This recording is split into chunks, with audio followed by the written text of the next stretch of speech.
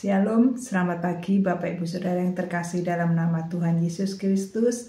Mimbar Gemar GEC Peniel Surabaya dan GEC Anugerah Cabang Kemendung pada hari ini Selasa 14 Januari 2025. Kita akan sama-sama belajar dari kebenaran firman Tuhan yang terambil dari Kisah Para Rasul pasal yang kedua ayat 1 sampai 13. Kisah Para Rasul pasal 2 ayat 1 sampai yang ke-13, tetapi saat ini kita hanya membaca yang ayat yang keempat saja. Saya akan membacakan Kisah Para Rasul pasal 2 ayat yang keempat. Demikian firman Tuhan. Maka penuhlah mereka dengan Roh Kudus, lalu mereka mulai berkata-kata dalam bahasa-bahasa lain, seperti yang diberikan oleh Roh itu kepada mereka untuk mengatakannya. Bapak Ibu Saudara, peristiwa ini terjadi di Yerusalem. Pada saat murid-murid sedang menunggu di satu tempat, sebagaimana yang telah Tuhan perintahkan kepada mereka sebelum Tuhan Yesus naik ke surga, Tuhan Yesus memerintahkan murid-muridnya untuk tetap di Yerusalem. Mereka diminta untuk tetap berkumpul bersama-sama di Yerusalem. Dan mereka taat akan perintah Tuhan. Mereka sama-sama berkumpul di Yerusalem. Dan pada saat mereka berkumpul di sana,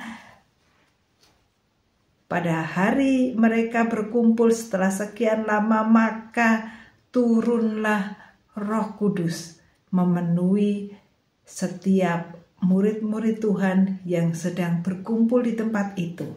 Dan mereka berbahasa roh, mereka berkata-kata yang tidak biasa mereka katakan sesuai dengan apa yang Roh taruh di dalam diri masing-masing murid-muridnya. Dan juga di Kisah Para Rasul pasal 4 ayat yang ke-31 berkata, dan ketika mereka sedang berdoa, goyanglah tempat mereka berkumpul itu, dan mereka semua penuh dengan Roh Kudus. Lalu mereka memberitakan firman Allah dengan berani. Bapak Ibu Saudara yang terkasih, sebelum Tuhan Yesus naik ke surga meninggalkan para murid-muridnya, Tuhan Yesus sudah berjanji untuk memberikan penolong kepada murid-muridnya. Kalau saat-saat sebelumnya murid-murid ketakutan, mereka bersembunyi pada saat Yesus ditangkap, mereka takut dikejar-kejar.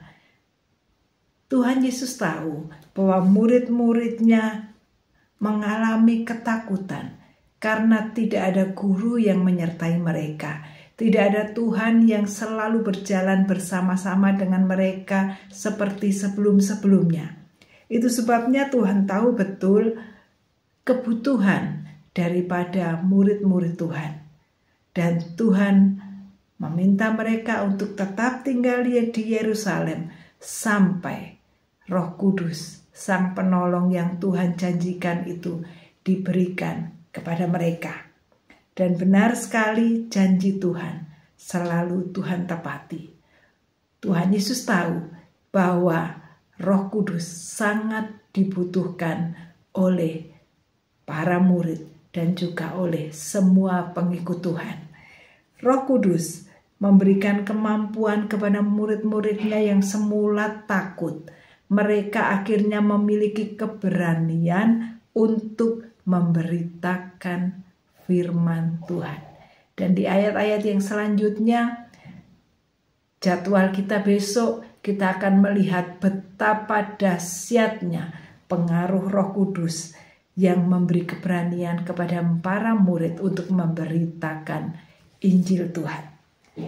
Pada pagi hari ini kita sama-sama akan belajar bersama bahwa Roh Kudus memberikan keberanian kepada para murid untuk memberitakan firman Tuhan. Dan Roh Kudus memimpin cara hidup setiap anak-anak Tuhan untuk memiliki kasih, kesetiaan, dan rasa saling di antara mereka, saling berbagi, saling menasehati, saling menguatkan. Mereka hidup bersama-sama dengan satu cara hidup yang dipimpin oleh Roh Kudus. Roh Kudus memimpin setiap murid-muridnya untuk berani memberitakan firman Tuhan, dan Roh Kudus memimpin setiap murid-murid Tuhan bagaimana cara mereka harus hidup. Bapak Ibu Saudara yang terkasih, ketika orang-orang Kristen dipenuhi oleh Roh Kudus, yang terjadi adalah Roh Kudus memperbaharui hati setiap orang yang menerimanya. Roh Kudus memperbaharui hidup mereka, dan Roh Kudus memimpin hidup mereka. Bapak Ibu Saudara, Roh Kudus hadir dan berkarya untuk memperbaharui bukan hanya kehidupan para murid, tetapi juga kehidupan kita yang sudah menyerahkan hidup kepada Tuhan, setia mengiring Tuhan, mengikut Tuhan. Maka Roh Kudus hadir untuk memperbaharui karakter kita, cara hidup kita, supaya sesuai dengan kebenaran firman Tuhan. Roh Kudus yang hadir kepada kita memperbaharui kehidupan kita. Bukan berarti kemudian kita menjadi pasif, hanya membiarkan Roh Kudus saja, tetapi perlu peran aktif dari diri kita. Kita perlu meresponi bimbingan Roh Kudus, karena Roh Kudus adalah roh yang manis. Roh Kudus bukan roh yang memaksakan kehendaknya, tetapi Roh Kudus ingin kita berperan aktif bersama-sama dengan Roh Kudus, merespon positif apa yang menjadi arahan dari Roh Kudus. Roh Kudus membimbing kita, dan kita harus mempunyai hati yang terbuka, hati yang tulus, yang dengan penuh kerendahan hati untuk mau taat di bawah pimpinan Roh Kudus. Hidup dipimpin Roh Kudus artinya kita membuka hati kita untuk Roh Kudus dan menundukkan diri kita kepada kehendak Tuhan. Tidak lagi hidup semau kita sendiri, tidak lagi hidup dengan apa yang menjadi rencana kita, tetapi kita mau membuka hati dan membiarkan Roh Kudus yang membimbing kita. Kita menundukkan diri kepada kehendak Tuhan. Hidup dipimpin oleh Roh Kudus artinya kita bersedia, kita mau untuk dikoreksi, kita mau untuk ditegur, dan kita mau diarahkan pada saat jalan kehidupan kita sudah melenceng dari firman Tuhan. Maka kita harus rendah hati dan mau menerima bimbingan Roh Kudus. Bapak Ibu Saudara, Roh Kudus mampu menyembuhkan hati kita yang terluka. Roh Kudus mampu membersihkan hati kita yang kotor. Roh Kudus mampu membuat hati kita yang keras menjadi lembut dan taat kepada firman Tuhan. Saat kita menyerahkan hidup kita sepenuhnya kepada Tuhan, kita mau taat akan tuntunan Roh Kudus, maka hati kita, karakter kita, cara hidup kita juga akan berubah sesuai dengan kehendak Tuhan. Biarkan Roh Kudus berkarya di dalam kehidupan kita. Mari kita mau taat, kita mau rendah hati, kita mau dengar apa yang Roh Kudus bimbing di dalam kehidupan kita.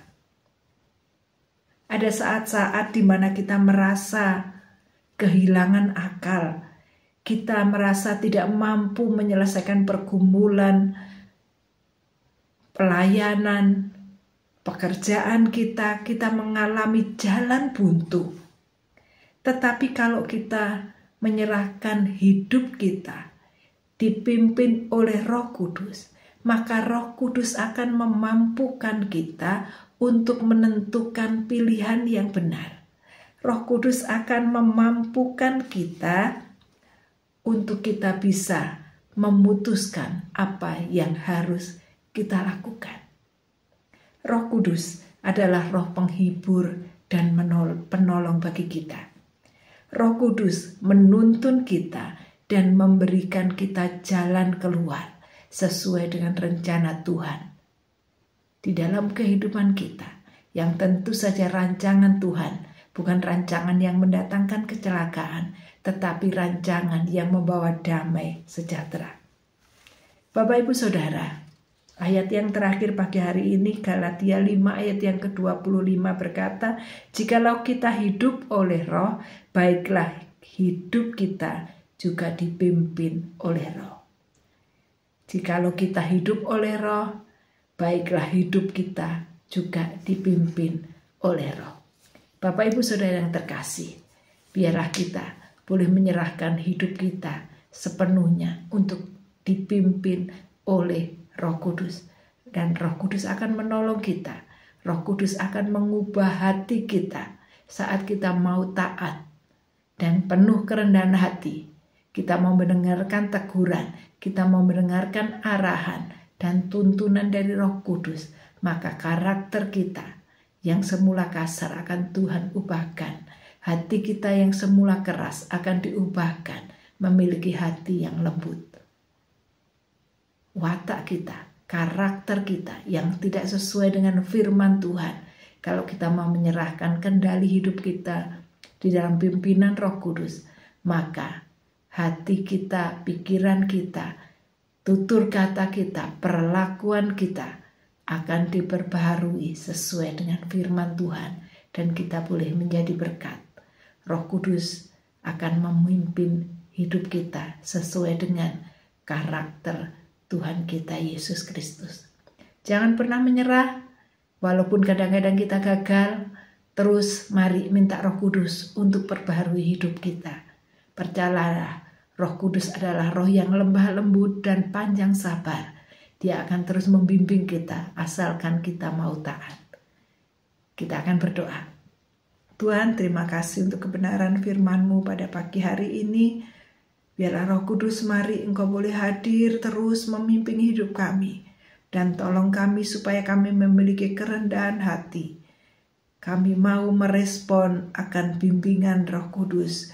Kami mau taat sesuai dengan tuntunan, teguran, arahan daripada Roh Kudus, supaya hati kami, karakter kami, tutur kata kami, cara hidup kami sesuai dengan firman Tuhan.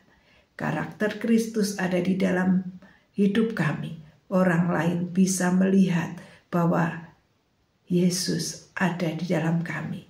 Kalau kami mau terima Roh Kudus dan mau taat akan bimbingan Roh Kudus. Tolong kami ya Tuhan, mampukan setiap kami. Terima kasih ya Tuhan, terima kasih ya Roh Kudus. Di dalam nama Tuhan Yesus, haleluya. Amin. Bapak Ibu Saudara, selamat bergemar, selamat beraktivitas. Dan serahkan hidup kita ke dalam kendali dan bimbingan daripada Roh Kudus. Tuhan Yesus memberkati.